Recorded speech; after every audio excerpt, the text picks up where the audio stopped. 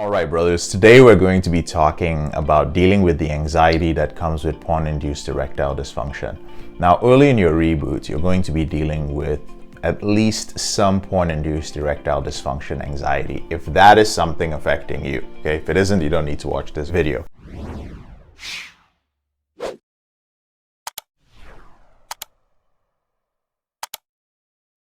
In the YouTube app, go to notifications and turn on subscriptions. In the settings, go to notifications and scroll to the YouTube app and allow notifications. But you flooded your brain with dopamine from porn for so long that getting and maintaining an erection is going to be challenging from time to time. And porn-induced erectile dysfunction anxiety is overwhelmingly difficult to deal with, but it's just part of the process. So there are a few things that you can do to minimize the time that you actually spend dealing with it. So I'm actually going to share my experience with porn-induced erectile dysfunction and the anxiety that I experienced that came with it. This was back when I was in college, and I was still struggling with my out-of-control sexual behavior at this point.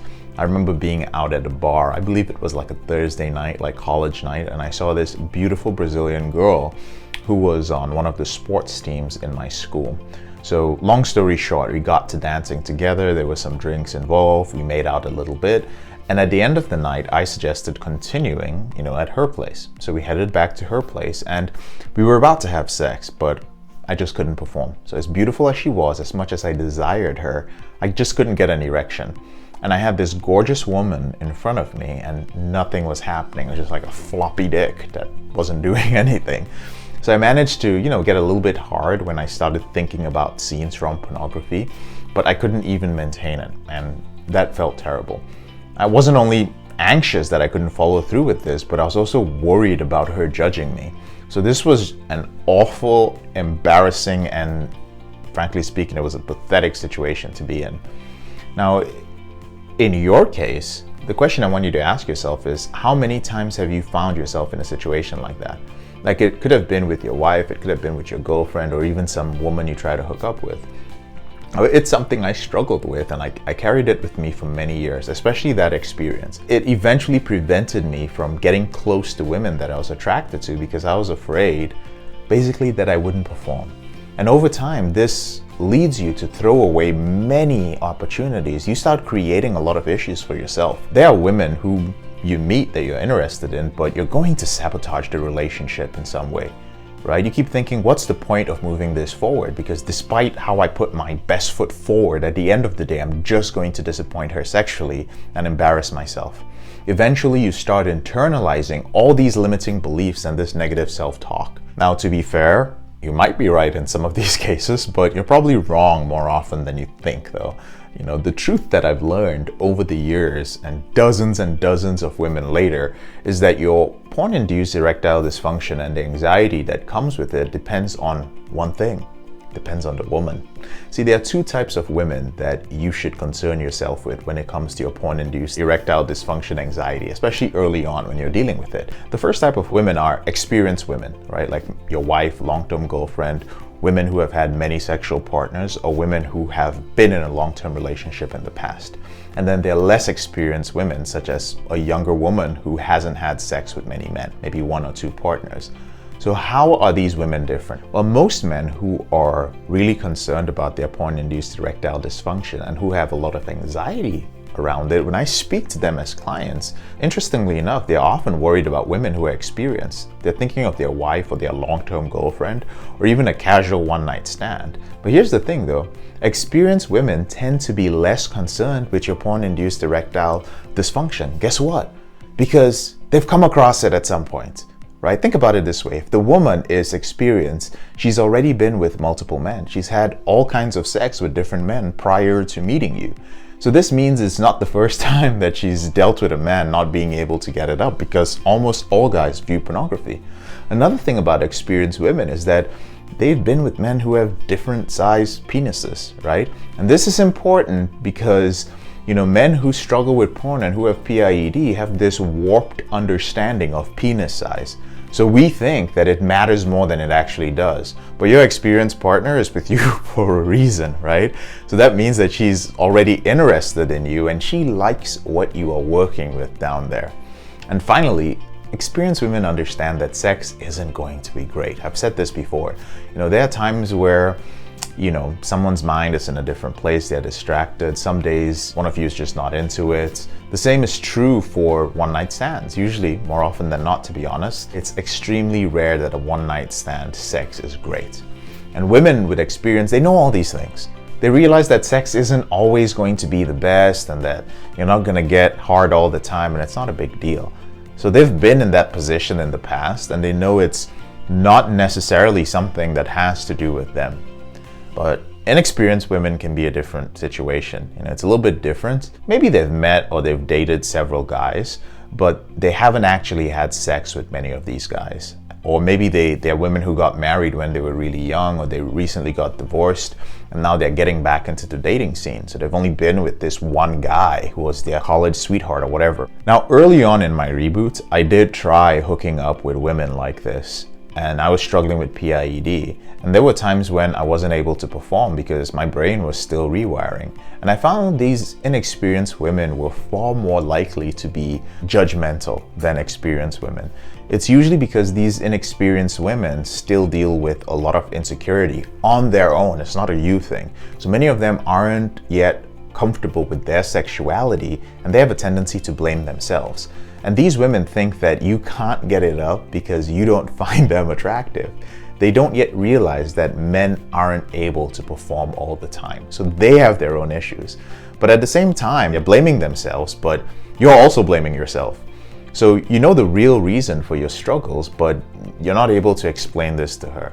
So women who are inexperienced and blaming themselves tend to lash out at you sometimes instead. They point the blame at you, but understand, brother, they're doing this to protect themselves from feeling hurt.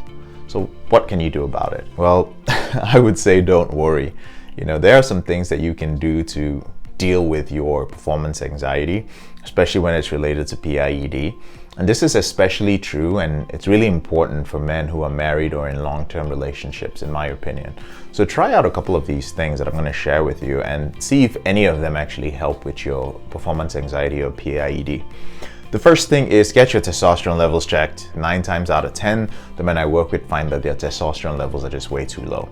So a lot of men are walking around with the levels of like a freaking 70-year-old man. Of course you're going to have performance issues. So get your levels checked and then talk to your doctor about how to get them back to normal levels.